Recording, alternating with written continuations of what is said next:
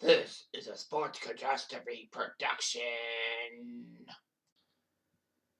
Hey there, Heather Ho, there's Jeff Cutter welcome you to another Sports Catastrophe birthday boy. There is no on this day today, I'm sorry. But anyway, the birthday boy today is a NASCAR legend who raced number 24 in NASCAR from 1993 to 2015, which was amazing and all that.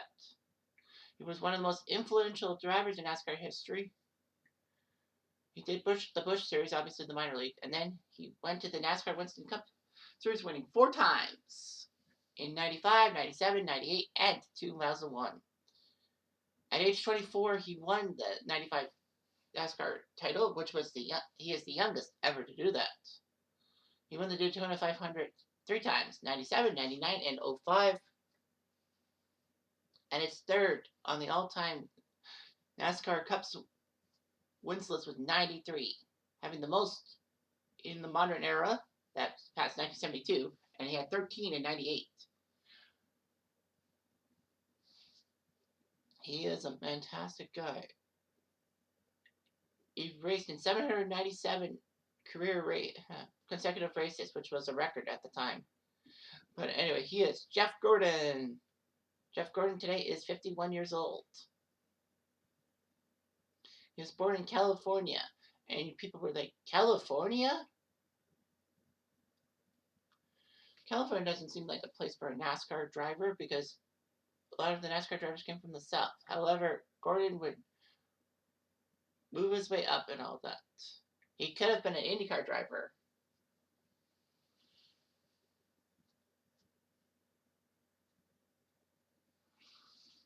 He almost had a test drive in Europe for Formula 3 or Formula 3000, but because he was tied to NASCAR, he didn't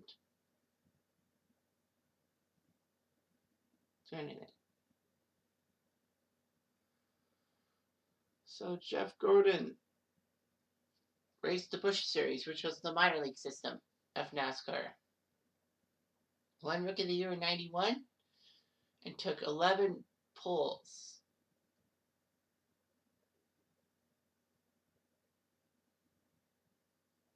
In 92.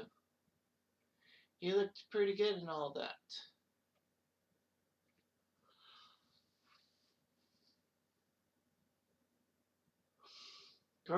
Jeff Gordon would join Hendrick Motorsports and compete in the final event of the 1992 NASCAR season, the Hooters 500 in Atlanta, which actually, if you remember my on this day about it, was what they considered one of the greatest championship races of all time in 92 because there were 6 drivers that had a chance to win. This would be the first race for Jeff Gordon and the last for Richard Petty. And then in 93, he would drive full-time for the Winston Cup, wearing number 24. He was going to race number 46, but because of Days of Thunder getting mad at the number being there, he wore 24. He ended up 14th in the points and Rookie of the Year. And it was amazing, all that.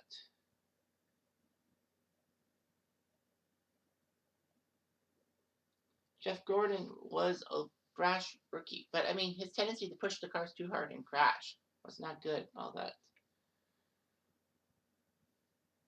In May 94, he actually won the pole for the famous Coca-Cola 600, part of the Holy Trinity of auto racing.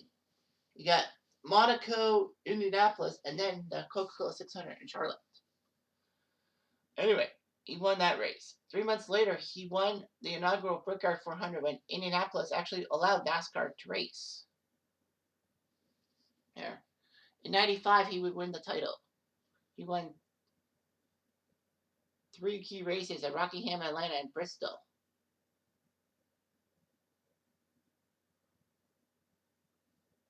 Gordon did pretty well, winning at Daytona, New Hampshire, Darlington, and Dover. Not the Daytona 500, but Daytona had a second race. So he ended up winning and all that. He looked good. In 97 and 98, he ended up winning back-to-back titles. He won the Daytona 500 in 97, and then he won The following week at Rockingham. So he won the first 2 races. After winning the Coca-Cola 600 and the Severn 500 at Darlington, he became the first driver since 1985 to win the Winston Million, which meant that you had to win at Daytona, Charlotte, and Darlington. And Gordon looked pretty good with 10 victories. But 98 was better. He won 13 races. Charlotte, Sonoma, Pocono, Indy, Watkins Glen, Michigan, New Hampshire, Darlington, Daytona, the second race, Rockingham, and Atlanta. So he looked very good. 4 consecutive wins. Still did. He won the Daytona 500. People thought, oh, he's going to win his 3rd straight title. Unfortunately, though, he did not do so well. He didn't win it. So Jeff Gordon was an icon, especially in the 2000s, being very recognizable and all that. The chase for the title, which was basically the top 12 drivers at a certain point would fight for the title, actually ruined his chances in 2007 of winning the championship.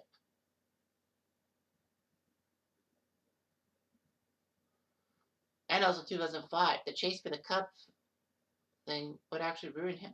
Jeff Gordon had a 60-point lead over Jimmy Johnson in 2004. But because of the chase for the Cup thing, yeah, and in race, he would have ended up 3rd. He ended up 3rd behind Kurt Busch and Jimmy Johnson. The chase system ruined him in 2007 because he would have been way ahead of Jimmy Johnson for the race. But because of the chase for the Cup, he had to, had less wins. He had to start behind him. So Gordon would struggle past 2008 and all that. He was winding up his career. It was like amazing that he would last 20 plus years in NASCAR.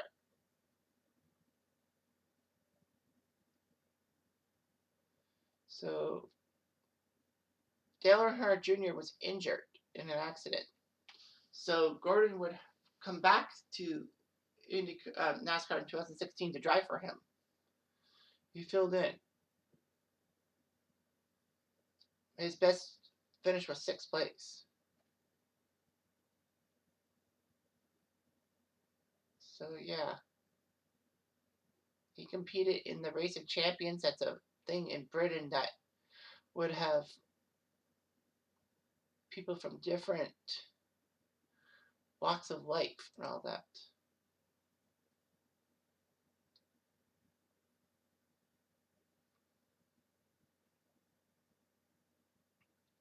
Rumors were circulating that Jeff Gordon was going to go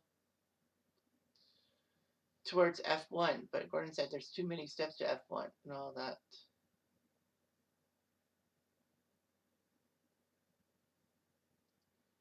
Anyway, he would become a broadcaster for Fox doing the pre-race stuff with DW, aka Darrell Waltrip. So Jeff Gordon has done pretty well being there. Gordon said he was a born-again Christian and all that, and found out in the early 90s he was curious and followed drivers to the weekly chapel and wanted to learn more about God. And Gordon said he kept verses of the Bible taped to his steering wheel, which is kind of unusual, but it worked out. Jeff Gordon had dated a Miss Winston Cup model.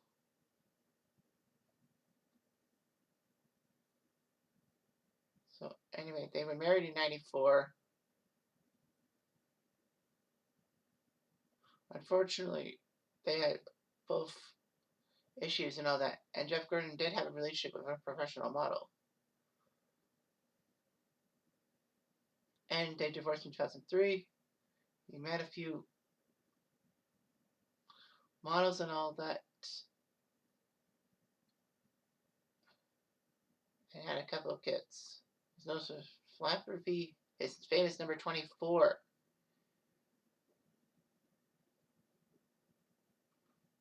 He's 24. Everyone knows a racing car for NASCAR. It's Jeff Gordon. And he actually became the designer of the Canadian Motor Speedway in Fort Erie, which was kind of nice. So, yeah, one of the greatest drivers in NASCAR history. People liked him and all that. He has a few namesakes in North Carolina named after him. Records and milestones, well, 93 victories, third all time, but number one with the modern era, 72 to present. He's won the most at Indianapolis Motor Speedway for NASCAR 5 times, Kansas 3, Pocono 6, and Sonoma 5.